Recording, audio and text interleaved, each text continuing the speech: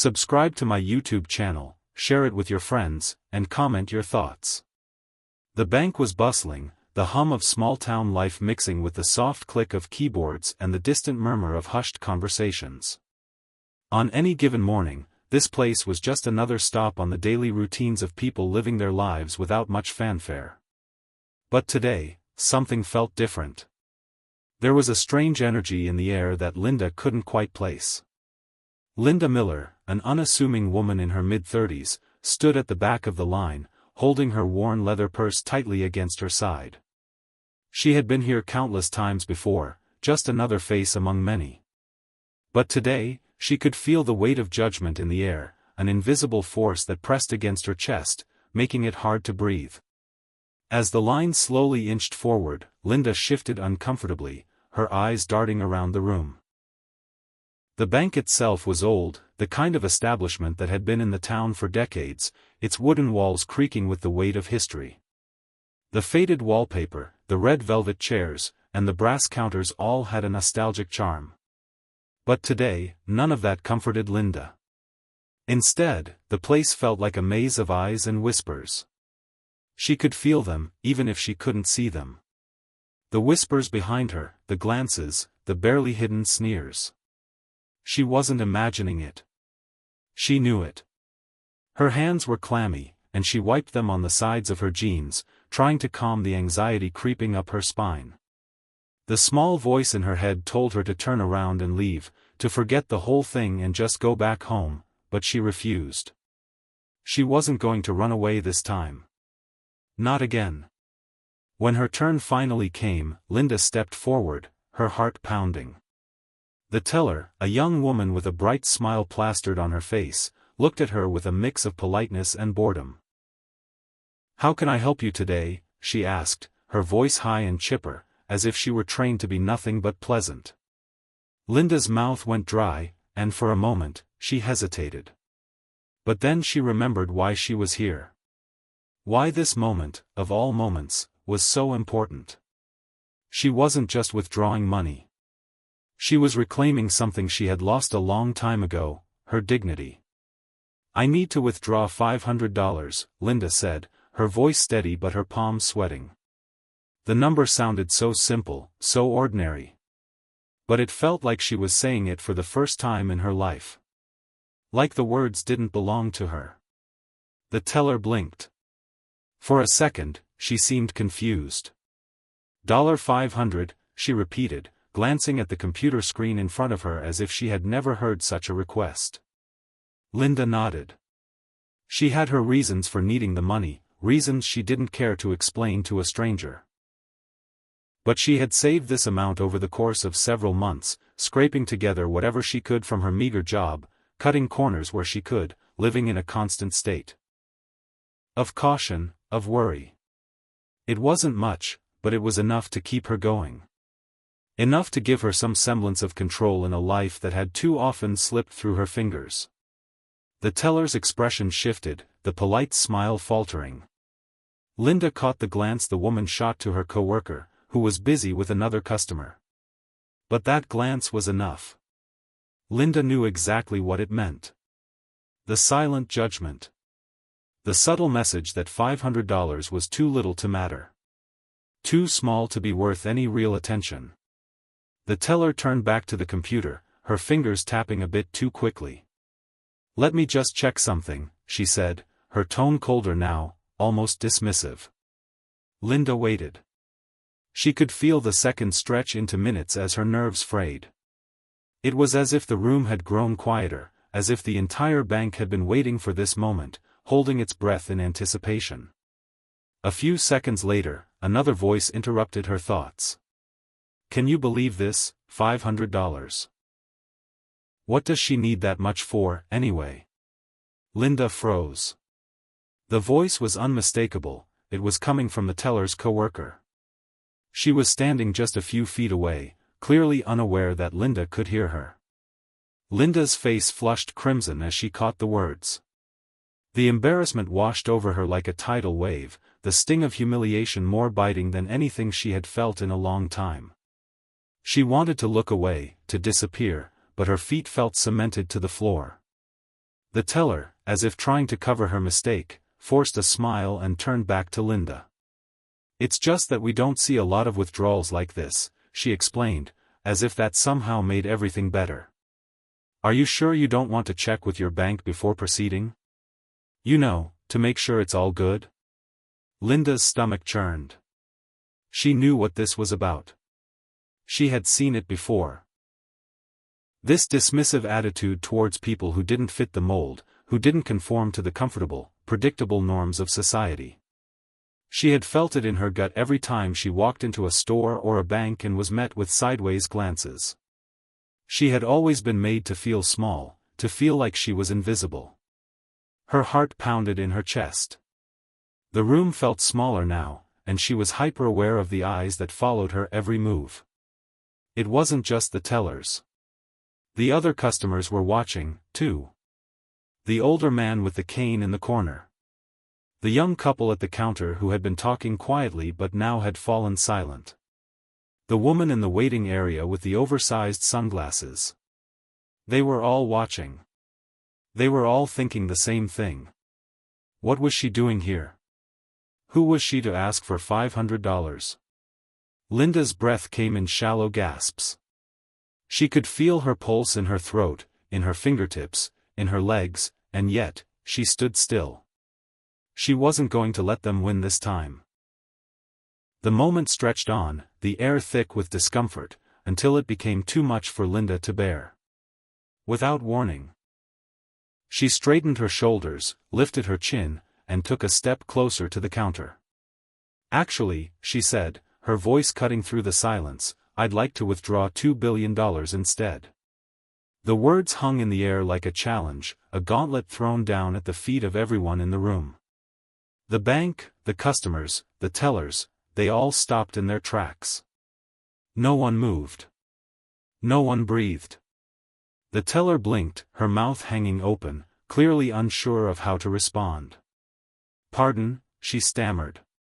"I said," Linda repeated, her tone firmer now, more commanding, "I want to withdraw $2 billion. Right now." The room erupted in stunned silence, the tension so thick it felt suffocating. Linda stood there, her eyes never leaving the teller's face. She wasn't smiling, wasn't joking. This wasn't a prank, and it wasn't a challenge. It was simply a fact. Linda had just made the most extraordinary request anyone in this bank had ever heard. And no one knew what to do with it. The teller took a step back, looking around at her colleagues for guidance, but no one spoke. The other customers shifted uncomfortably in their seats, trying to figure out if this was some kind of joke. Linda's heart was still racing, but her expression remained calm, composed. This was her moment. Her voice had carried a weight she hadn't known she was capable of.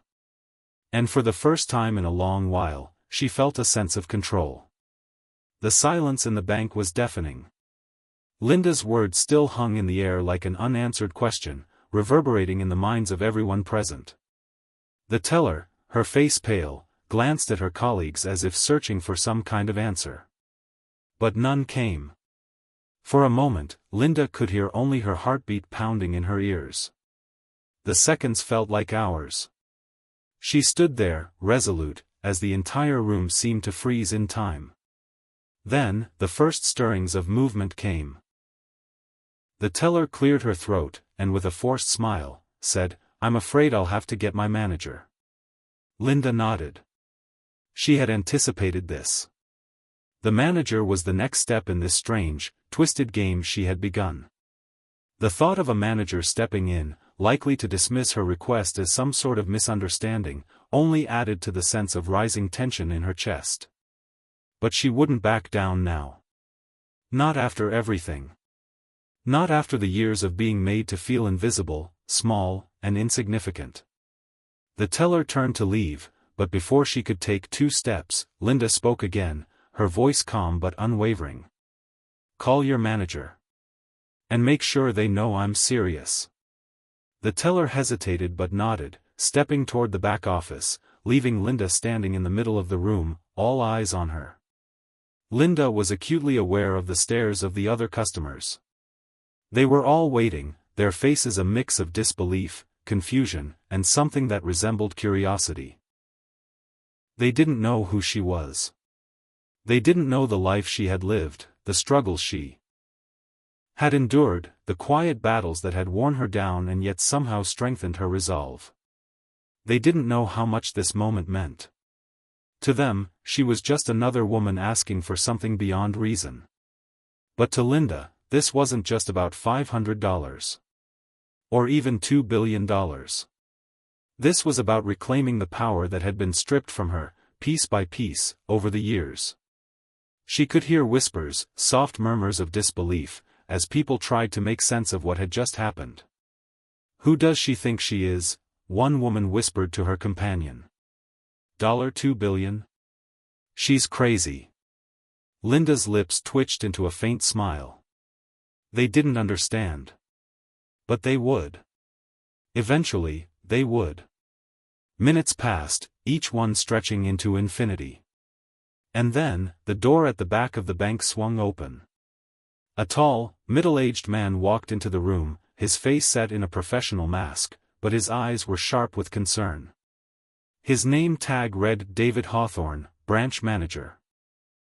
He approached Linda, his movements deliberate, but Linda noticed the way his eyes scanned the room, catching the stares and murmurs from the other customers.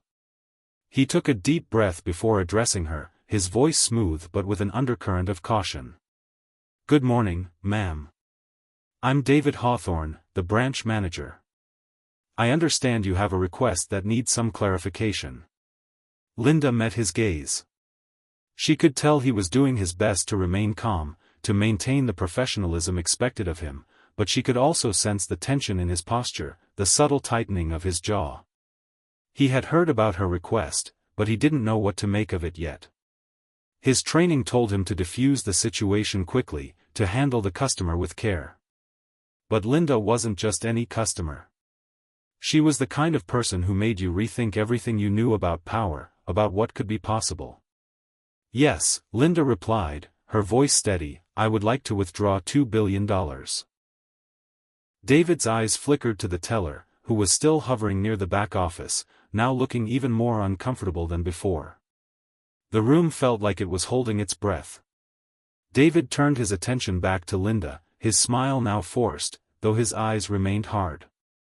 "Ma'am, I understand that this might be an issue of misunderstanding, but $2 billion is not a sum we handle casually here. If you'll allow me, I can assist you with the $500 withdrawal you requested. But I'm afraid I cannot process a request of that size." Linda remained still, her expression unwavering. "I'm not here for $500, she said calmly. "I'm here for $2 billion. If you don't have it in your bank, I'm sure we can work something out." David's face remained composed, but Linda could see the slightest twitch at the corner of his lips. "Ma'am, I'm afraid you're not understanding the situation. $2 billion is simply not possible. We're a small branch. Even the largest institutions don't have that sort of liquidity just lying around. The request is, well, frankly, impossible." Linda's heart beat faster, not with fear, but with excitement. This was it. The moment she had been waiting for. The moment when the system would be forced to acknowledge her, to take her seriously. She wasn't going to let them belittle her again. She wasn't going to let them decide her worth based on some arbitrary numbers or assumptions about who she was. "Impossible?" she repeated, raising an eyebrow. "Is it impossible to ask for what I'm worth?" David's face hardened. "This is not about what you're worth, ma'am. This is about what's possible within the rules and systems we operate under." Linda leaned in slightly, her voice soft but filled with a quiet strength. "Rules? The same rules that keep people like me in check? The ones that tell me that my dreams, my potential, are limited by what a bank says I can have? I'm tired of playing by those rules. And I'm not here to ask for $2 billion. I'm here to take what's mine." For a brief moment, David seemed at a loss for words. He opened his mouth, closed it, then opened it again, unsure of how to proceed.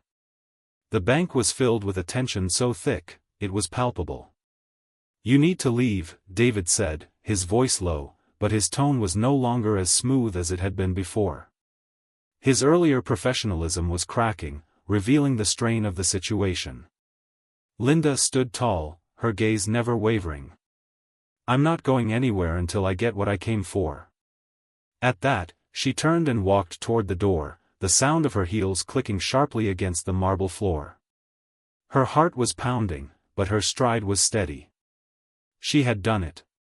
She had pushed the limits, crossed the line, and now, they had to respond. Linda's footsteps echoed through the bank's marble floor as she reached the glass doors. Outside, the crisp morning air brushed against her skin, a stark contrast to the suffocating tension she had just left behind. She paused for a moment at the threshold, the door just a few inches from closing, but something in her heart made her stop. Something in her gut told her that this wasn't the end. No, it couldn't be. She could feel the eyes of everyone in the bank on her, even though she couldn't see them. She knew what they were thinking: she was crazy, a fraud, someone who didn't belong. They had no idea what it felt like to be her, to live a life defined by limitations, by rules that constantly told her she was less than everyone else. They didn't understand the years of silence, the years of hiding, of keeping her true self locked away in a box. But now, as she stood on the threshold of the door, something changed. She wasn't afraid anymore. She wasn't afraid of being laughed at. She wasn't afraid of being told she was crazy. Because for the first time in her life, Linda Miller was ready to take control. She was ready to demand what was rightfully hers, even if the world didn't know it yet. The door swung open. And she stepped out onto the sidewalk. The sun had barely risen, casting a golden hue over the town, the streets still quiet, the world still waking up. Linda took a deep breath, filling her lungs with the cool, fresh air. She felt alive, as if she had just woken up from a long, suffocating sleep. But the quiet wasn't going to last. Within moments, her phone buzzed in her pocket. It was a text message, the name at the top of the screen reading David Hawthorne. She clicked on the message, her fingers trembling slightly as she read. "Ms. Miller, please return to the bank. I'm afraid we need to have a serious discussion about your request. The authorities have been notified. You're creating a disruption, and this could escalate further. Please reconsider." Linda stared at the screen for a moment, her heart pounding in her chest. Authorities? She hadn't done anything wrong. She hadn't broken any laws. All she had done was ask for what she was worth. Why was this escalating?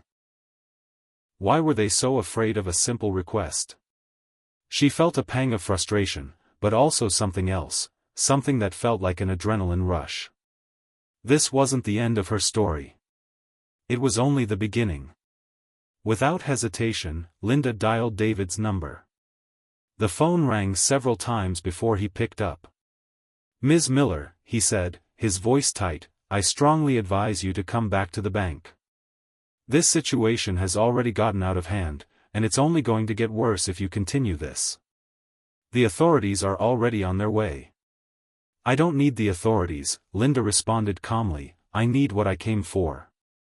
You can either give it to me, or you can waste everyone's time." There was a long pause on the other end of the line. "Ms. Miller, I don't think you understand the gravity of the situation. This isn't just about money. It's about your credibility. This whole thing, asking for $2 billion, people are going to think you're insane. You'll ruin your reputation. This isn't the way to go about things." "Who decides how I should go about things, David?" Linda's voice was steady, but there was an undeniable fire behind her words. "You? The bank? Society? Because I'm done following rules that were never meant for me. I want what's mine." David's sigh came through the phone, weary and exasperated. "Look, I understand you're upset, but this is going too far. Please, come back here. We can work this out." We can find a solution. Solution? Linda repeated, incredulous.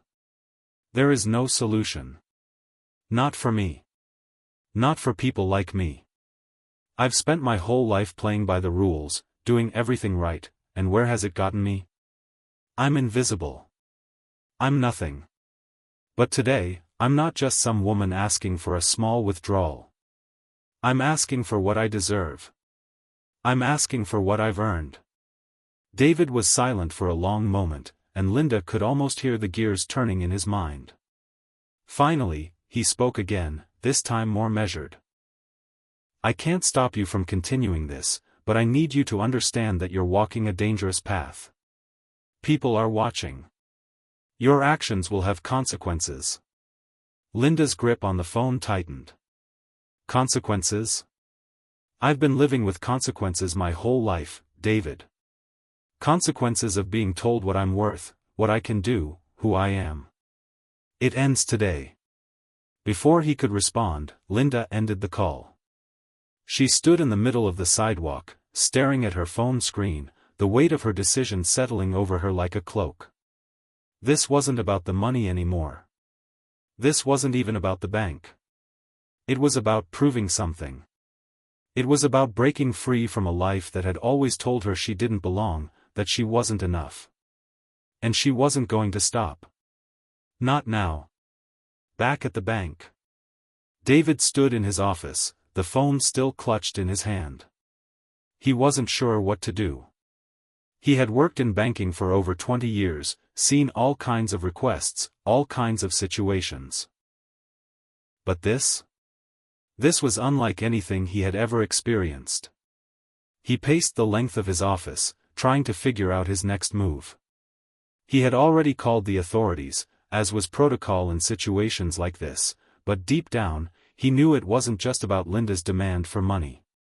There was something else going on here. Something personal. Something that went beyond the numbers on a screen. David's thoughts were interrupted by the sound of a knock on his office door. He opened it to find Marissa, his assistant, standing in the doorway, her face pale. "Mr. Hawthorne, you need to see this," she said, her voice trembling. She handed him a tablet, and as he glanced at the screen, his stomach dropped. The headlines were everywhere. Woman demands $2 billion from local bank, what's really going on? There were photos of Linda from the previous day, blurry snapshots of her standing outside the bank, her face determined. The article speculated wildly about her motivations, her background, and her mental state. The tone was judgmental, as if Linda had already been convicted in the court of public opinion. David stared at the screen for a long time, his thoughts swirling. This wasn't just a banking issue anymore. This was a media storm.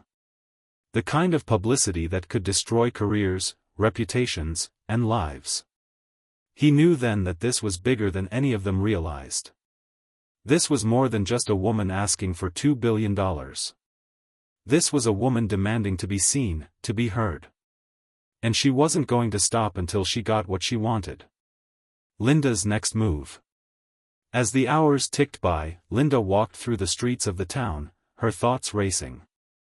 The sun had risen higher, the day growing warmer, but the unease in her chest only intensified. She had done something she never thought she'd have the courage to do, she had defied the system.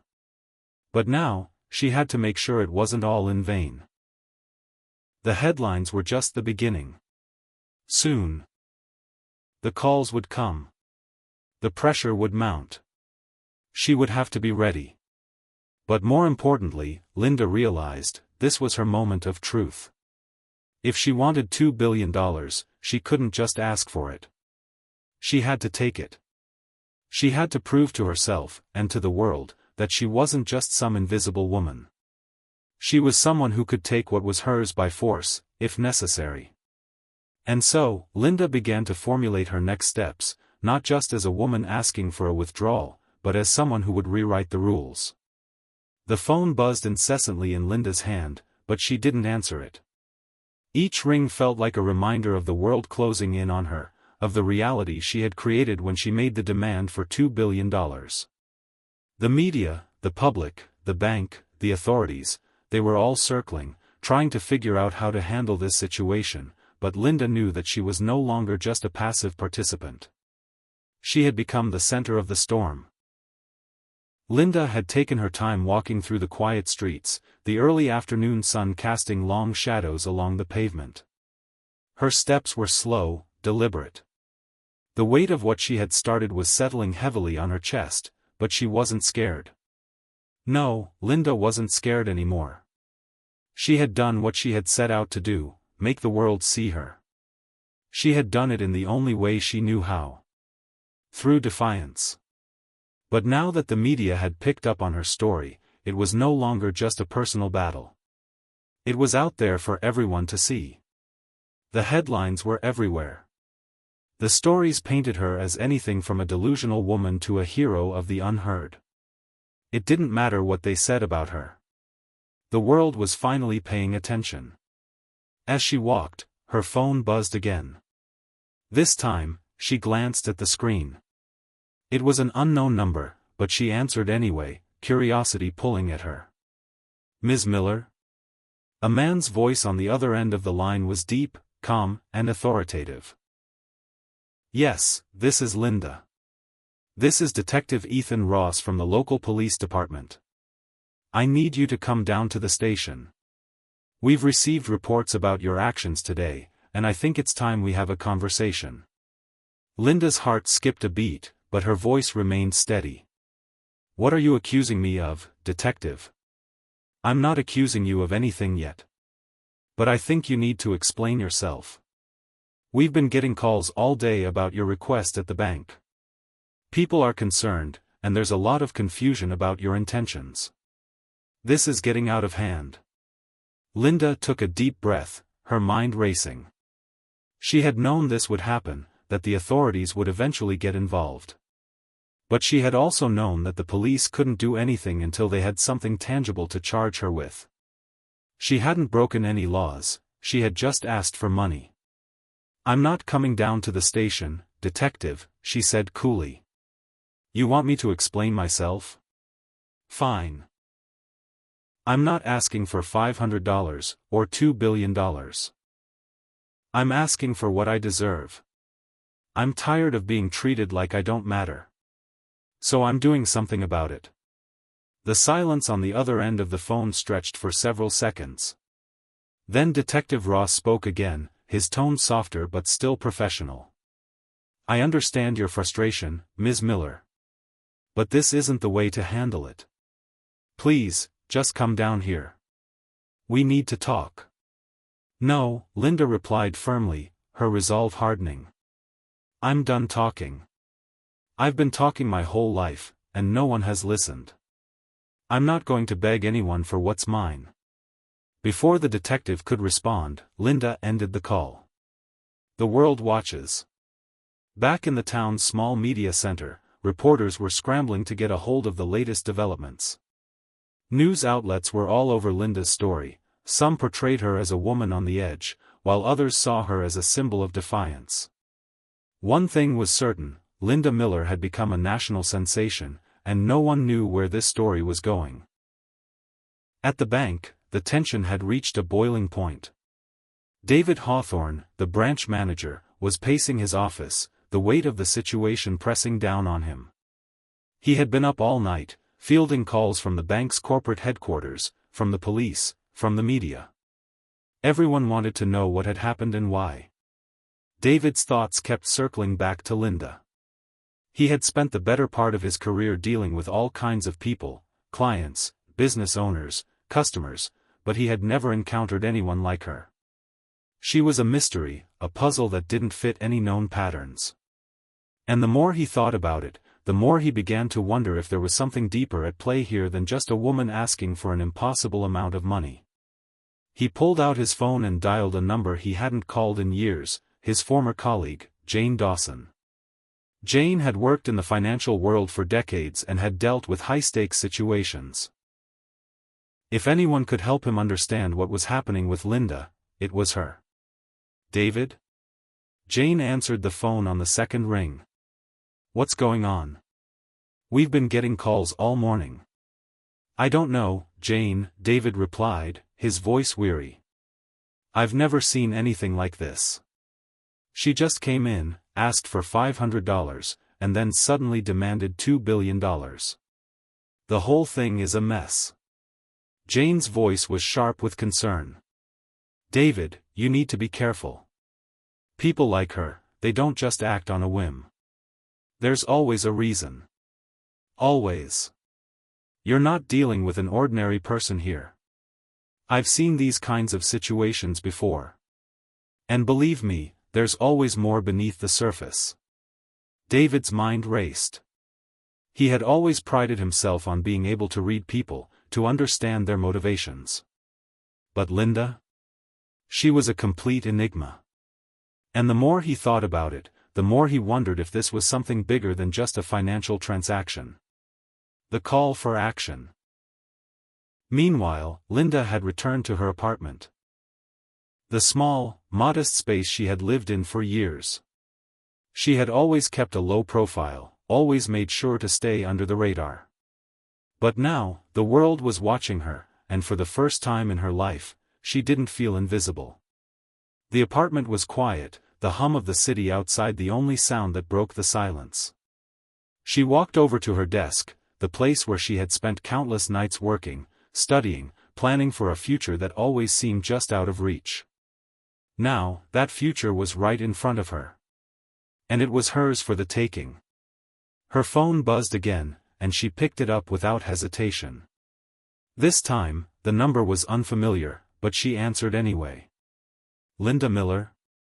A woman's voice came through the phone, cool and professional. Yes, this is Linda, she replied. This is Karen Woodley, and I work with a group that specializes in legal matters for people in your position. We've been following your case, and I think we can help you. Linda's eyebrows furrowed. Help me? How? We understand what you're trying to do, Karen continued, her voice steady. And we believe that what you're asking for is more than just a monetary request. There's something deeper going on here, and you've tapped into something that could change the way the system works. We'd like to help you make this a movement, a platform for those who have been ignored, just like you. Linda's breath caught in her throat. This wasn't just about money anymore. This was bigger. It was about creating a voice for the unheard, a movement for the invisible. It was about taking control and demanding respect, not just from the bank or the authorities, but from the world. How can you help me? Linda asked, her voice trembling slightly. We'll assist you in gathering support, in navigating the legal waters, and in making sure your message is heard. We've seen situations like yours before, but this is different. This isn't just about one woman making a request. It's about standing up for everyone who has ever been overlooked, underpaid, or underestimated. We want to help you build this. Linda felt a surge of emotion rise in her chest. She had come this far, and now, with the help of Karen and her team, it seemed like she might be able to turn this into something much bigger. She had a chance to not only get what she wanted but to change the system. I'm in, Linda said firmly. Let's do it. The fallout. The story continued to dominate the headlines, the media storm only growing. News outlets across the country were covering Linda's demand, each one offering their own take on the story. Some called her a hero, while others painted her as an unstable woman who had taken things too far. The divide in public opinion was evident, and the pressure on Linda only intensified. The authorities, too, had taken notice. The local police were watching her every move, unsure of what to make of her continued defiance. And all the while, David Hawthorne sat at the center of the storm, trying to make sense of it all. Linda had managed to turn the tables on them, but the question remained, would she get what she was asking for, or would the system push back even harder? Linda's apartment had never felt so small. Despite the small comforts of home, it seemed like the walls were closing in. She had spent the past few days in a whirlwind, torn between her determination to stand her ground and the overwhelming pressure that came with the attention she had garnered. The world was watching her. Her phone was constantly buzzing with messages, requests for interviews, and demands for explanations. The quiet hum of the city outside seemed to mock her as she sat at her desk, the weight of her decision pressing down on her. She had made a bold move, a move that had changed the course of her life. And now, she had to follow through. Her phone buzzed once more, and she glanced down. It was a message from Karen Woodley, the legal expert who had reached out to her after her request for $2 billion had gone viral. Karen had become one of Linda's few allies in this situation, offering not just legal support, but guidance through the storm that had engulfed Linda's life. "We need to meet. There's something big happening. Be ready." Linda's pulse quickened as she read the message. The stakes had never been higher, and as much as she had tried to keep her emotions in check, she could feel the weight of the impending storm pressing down on her. The past few days had been a blur. The media had latched onto her story, framing it as either an act of desperation or a movement for change. People were divided. Some saw her as a hero, a symbol of resistance against a system that had long ignored the underprivileged. Others saw her as a woman on the edge of insanity, someone who didn't understand the consequences of her actions. But Linda wasn't worried about what others thought anymore.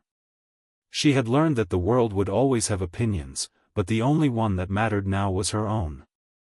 And she wasn't going to stop until she got what she had come for. She had to finish what she started. She stood up from her desk and grabbed her coat, the chill of the early evening air biting as she stepped out onto the streets. The world outside seemed oblivious to the turmoil inside her. The city was alive with its usual chaos, cars honking, people rushing from place to place, their lives unfolding in predictable patterns. But Linda's life was anything but predictable now. She walked briskly, the weight of the moment hanging over her with each step. She knew what was at stake, but she also knew that if she didn't take this chance, she would never be able to live with herself. The world was watching her, and it was time to make her next move. The meeting. When Linda arrived at the small office building, she was greeted by Karen, who was waiting for her outside. Karen's expression was serious, her eyes tired but focused. She didn't waste any time on pleasantries. "We don't have much time," Karen said, guiding Linda inside. "This is bigger than we thought. The media is starting to turn on you. The backlash is growing, and the bank is not going to back down. But I think I found a way to use this situation to our advantage."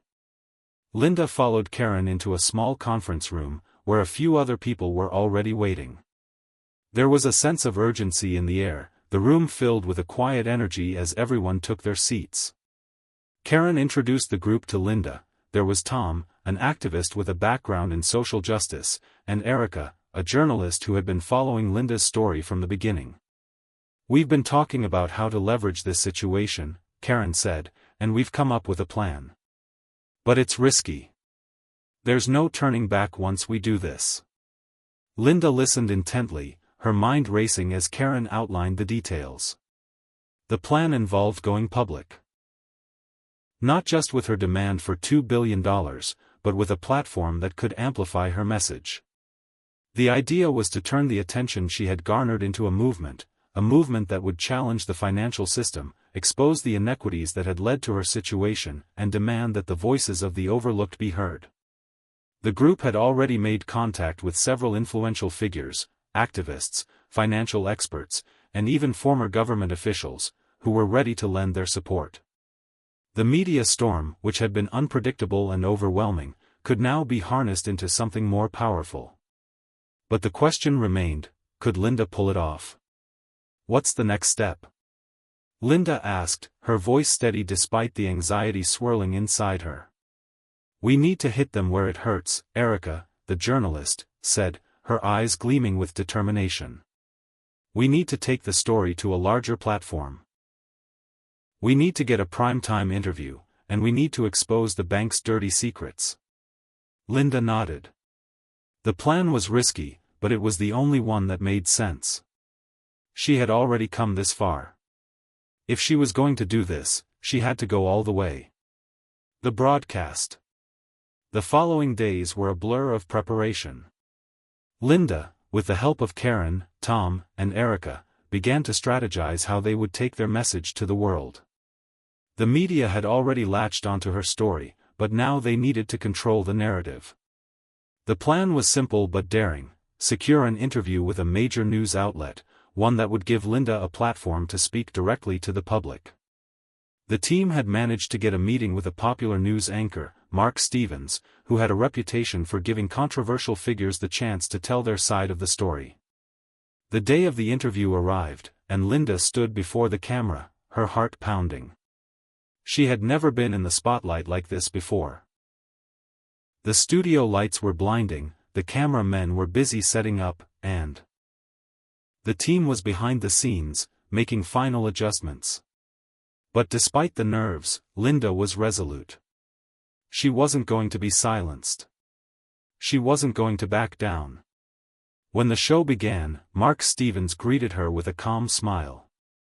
"Good evening, Linda. It's a pleasure to have you on the show tonight." Linda smiled back, but it wasn't a smile of comfort. It was a smile of determination. "Thank you for having me, Mark," she said, her voice steady. "I know people have questions, and I'm here to answer them." The interview started with the usual questions, about the bank, about her initial request for $500, and the shock of demanding $2 billion. Mark's questions were pointed, and his tone was skeptical. He had made up his mind that Linda was a woman who had lost touch with reality, and he wasn't afraid to let the world know it. But Linda was prepared. She answered each question with the same calm determination. She didn't shy away from the tough topics. When asked why she had demanded such an extraordinary amount of money, Linda's response was simple. "I didn't ask for $500, she said, her voice unwavering. "I asked for $2 billion because that's what I am worth. We live in a world where people like me are overlooked. I'm not just a woman asking for money. I'm a symbol of a system that has failed to recognize the value of people who have been pushed to the margins. I want that $2 billion because it's what I deserve. And if I don't get it, I'll make sure the world hears my story." The room fell silent for a moment. Mark's eyes narrowed, but he couldn't hide the flicker of respect in them. Linda had just turned the tables on him, on the world, on everyone who had doubted her. The interview continued, but Linda's words had already made an impact. She wasn't just asking for money anymore. She was asking for justice. She was asking for the world to recognize the value of people who had been pushed aside for too long. The aftermath. The interview aired the following evening, and the world reacted. Social media exploded with opinions, some supportive, some harshly critical. The story spread like wildfire, but Linda wasn't afraid. The backlash was expected, but it didn't matter. People were listening. People were finally paying attention. Within days, the pressure on the bank escalated. The demand for $2 billion was no longer just a personal request. It had become a rallying cry for those who felt forgotten by the system. The bank, which had initially hoped to downplay the situation, found itself under scrutiny from all sides. The pressure from the public and the media grew to a boiling point. In the midst of all this chaos, Linda received another message from Karen. "It's time. We've secured a meeting with the bank. They want to negotiate." Linda took a deep breath, her resolve steeling even further. This was it. The final push. The day Linda had been preparing for had finally arrived. The past weeks had been an endless blur of interviews, meetings, media storms, and social media campaigns. The world had been watching her every move, dissecting every word she said, scrutinizing every action. She had come a long way from the woman who had walked into the bank with nothing but a request for $500. Now, she stood at the threshold of something much bigger. The media had dubbed her the woman who stood up, and no matter what happened now, she had become a symbol of defiance, a figure who had dared to challenge the very system that had failed her and countless others like her. The $2 billion she had demanded was no longer just about money, it had become a movement, a battle cry for the underprivileged, the overlooked, the invisible. Now, Linda was about to sit down with the bank's representatives, David Hawthorne, the branch manager who had once tried to dismiss her as a lunatic, and several high-ranking executives. They had been forced to acknowledge the power of her demand, the overwhelming public response, and the pressure mounting on their institution. They needed to negotiate. And Linda was ready. The conference room. The atmosphere in the conference room was tense. The air was thick with the weight of unspoken words, each person carefully measuring the others. Linda sat at the head of the table, her posture straight, her eyes focused. She had no intention of backing down, not now, not after everything she had gone through. David Hawthorne sat across from her, his face stern but clearly uncomfortable. The other executives were seated around the table, their expressions guarded, some trying to avoid making eye contact with Linda. They had underestimated her from the start. Now, they were here, in this room, because they knew they couldn't ignore her any longer. "We appreciate you coming in, Ms. Miller," David began, his voice strained but polite. "We've been following the developments, and we understand the pressure you're under. We want to work with you. We want to find a solution that benefits both parties." Linda smiled faintly, but there was no warmth in it. She had heard this before, the promises, the offers to work together, to find a compromise. She wasn't here to compromise. She was here to finish what she had started. "I'm not interested in a solution that benefits both parties, David," Linda said, her voice steady and firm.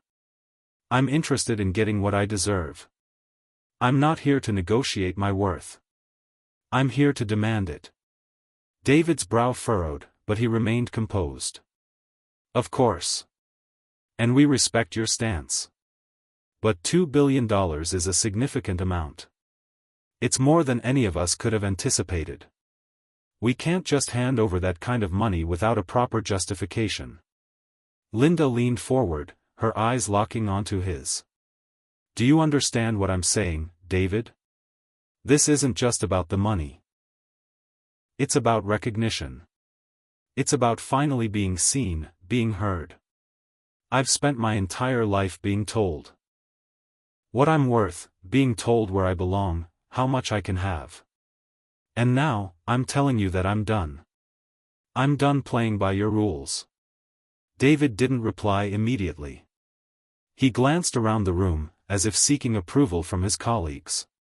But no one spoke. The silence stretched on, and Linda could feel the weight of their hesitation, their unwillingness to truly engage with her. "This is not just about $2 billion, she repeated, her voice rising slightly. "This is about every person who has been treated like they don't matter, every person who has been forced to live within the boundaries you've set. I'm not going to be another person who accepts their limitations just because you say so." The room was still. No one dared speak. Linda's words hung in the air, heavy with meaning. She wasn't just demanding money, she was demanding justice. She was demanding that her existence, her worth, be acknowledged. Finally, one of the executives, a woman in her mid-40s with sharp features, spoke up. "What do you want from us, exactly? If we give you the $2 billion, what happens next? What's your plan?" Linda's eyes narrowed. She had been expecting this question. She had thought about it long and hard. Her plan was bigger than the money. Her plan was about changing the system, creating a movement that would give people like her the voice they had been denied for so long. "I want more than money," Linda said, her voice quiet but powerful. "I want change. I want to expose the systems that keep people like me down. I want to use this moment to create a platform for those who have been silenced. I want to hold you accountable, not just for my request, but for all the people you've overlooked, for all the lives you've dismissed because they don't fit your ideal." The woman across from Linda exchanged glances with her colleagues. There was a shift in the air, a subtle change in the dynamic of the room. Linda could see that they were beginning to realize that this wasn't going to be an easy negotiation. She wasn't just asking for money, she was asking for accountability. And that was something they couldn't easily ignore. The turning point. The next few hours were a blur of back-and-forth discussions, legal jargon, and proposals. David and the other executives tried to steer the conversation towards compromise, suggesting smaller sums, offering promises of charitable donations in Linda's name, and even offering to fund a foundation to support underprivileged communities. They tried to pacify her with empty gestures, hoping to bring the conversation to a close without actually giving her what she wanted. But Linda was unmoved. She wasn't here to be placated. She wasn't here to settle for a consolation prize. She had come this far, and she wasn't about to back down now. As the meeting wore on, Linda felt a growing sense of clarity. She had been right all along. The $2 billion wasn't just about the money. It was about forcing these people, this system, to reckon with the reality of what they had done. She wasn't going to leave the room until they acknowledged her, until they gave her what she had asked for, what she had fought for. And then, something happened.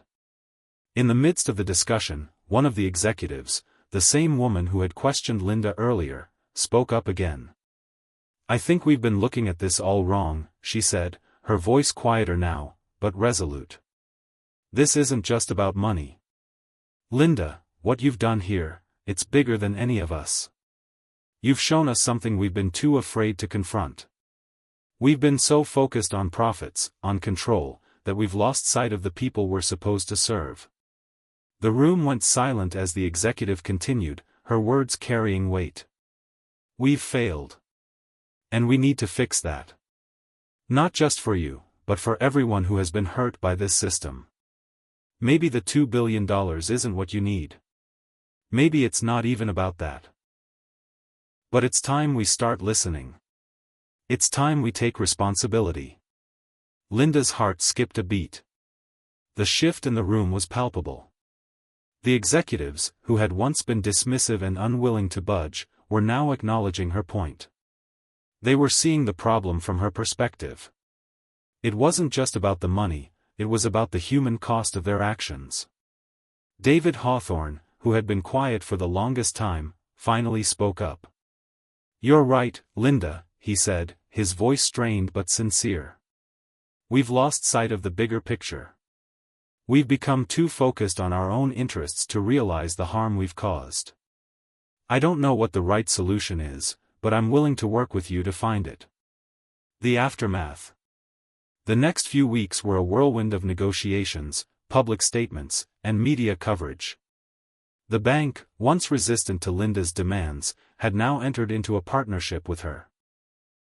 They agreed to fund a series of initiatives aimed at supporting underprivileged communities, providing financial literacy programs, and addressing the systemic issues that had led to Linda's demand in the first place. Linda had not gotten the $2 billion she had initially requested, but she had achieved something far more important. She had exposed the flaws in the system, had forced those in power to confront their own biases and failures. And in the process, she had become a symbol of resistance, a beacon of hope for those who had been silenced for too long. The media frenzy eventually died down, but Linda's life had been forever changed. She wasn't just the woman who had asked for $2 billion. She was the woman who had started a movement, who had forced a system to confront its own shortcomings. As Linda sat in her apartment, reflecting on everything that had happened, she couldn't help but smile. She had won. Not because of the money, but because she had taken control of her own narrative. She had shown the world that no one was invisible, that no one's voice should be silenced. And as she looked out the window, the city bustling below her, Linda knew that this was only the beginning. There was still much work to be done, but she was ready for it. Wait for next part. Thank you.